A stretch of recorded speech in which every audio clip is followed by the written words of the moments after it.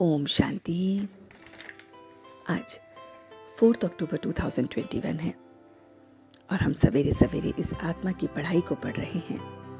गीत बज रहा है लाख जमाने वाले।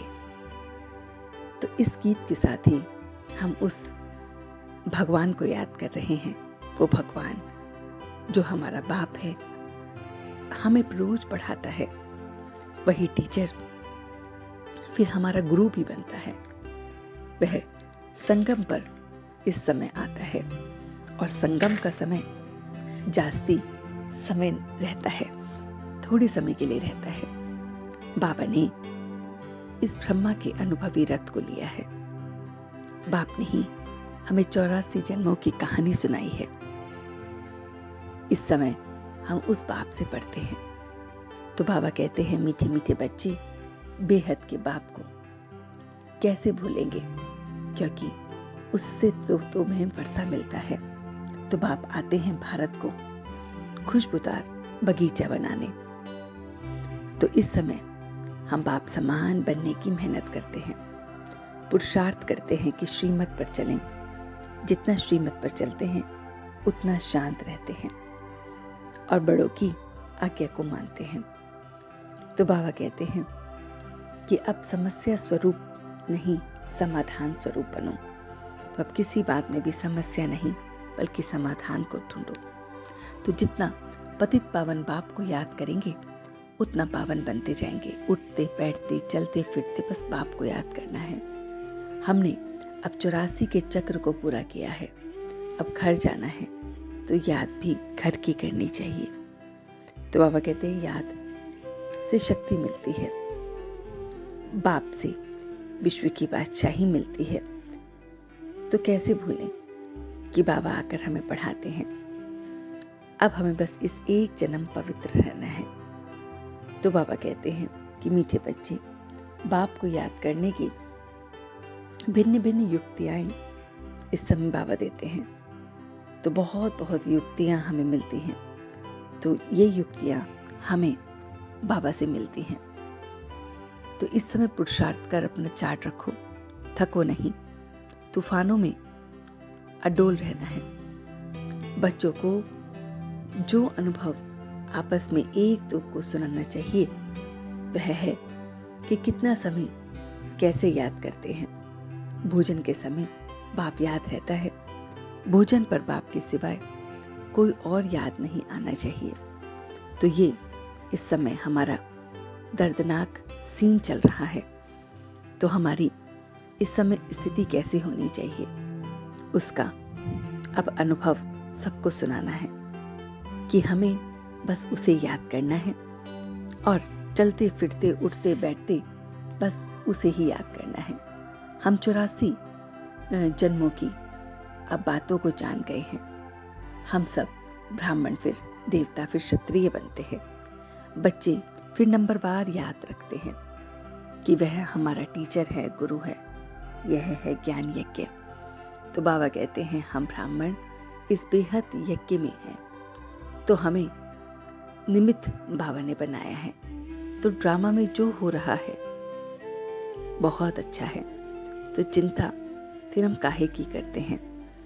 तो कोई दुख का आंसू नहीं आना चाहिए। साक्षी हो सब कुछ देखना चाहिए। पास्ट इज पास्ट, कभी उस पर विचार नहीं करना चाहिए। अपना टीचर आप ही बनकर पढ़ाना है। ट्राई करो कि बाप को याद करेंगे, बाप की याद में रहकर दिखाएंगे। तो बाबा कहते हैं इससे हमें शक्ति मिलती है। तो इस तरह से जब हम बाप की याद में रहते हैं तो शक्ति मिलती है और हमें ये रूहानी सेवा भी करनी है।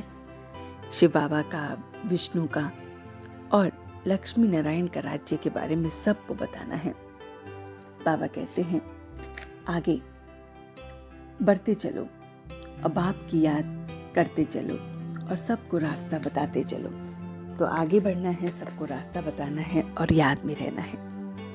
बाबा ने जो आज हमें वरदान दिया है वो है स्वयं को सेवाधारी समझकर झुकने और सर्व को झुकाने वाले निमित्त और नर्म चित्त भव। तो बाबा कहते हैं जो निमित्त है अपने हर संकल्प को, हर कर्म को बाप के आगे अर्पण कर देते हैं।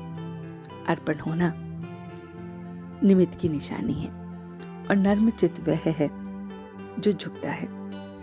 जितना संस्कारों में, संकल्पों में झुकेंगे उतना विश्व आपके आगे झुकेगा। तो बाबा कहते हैं झुकना अर्थात झुकाना। यह संकल्प भी नहीं आए कि दूसरे भी हमारे आगे झुके।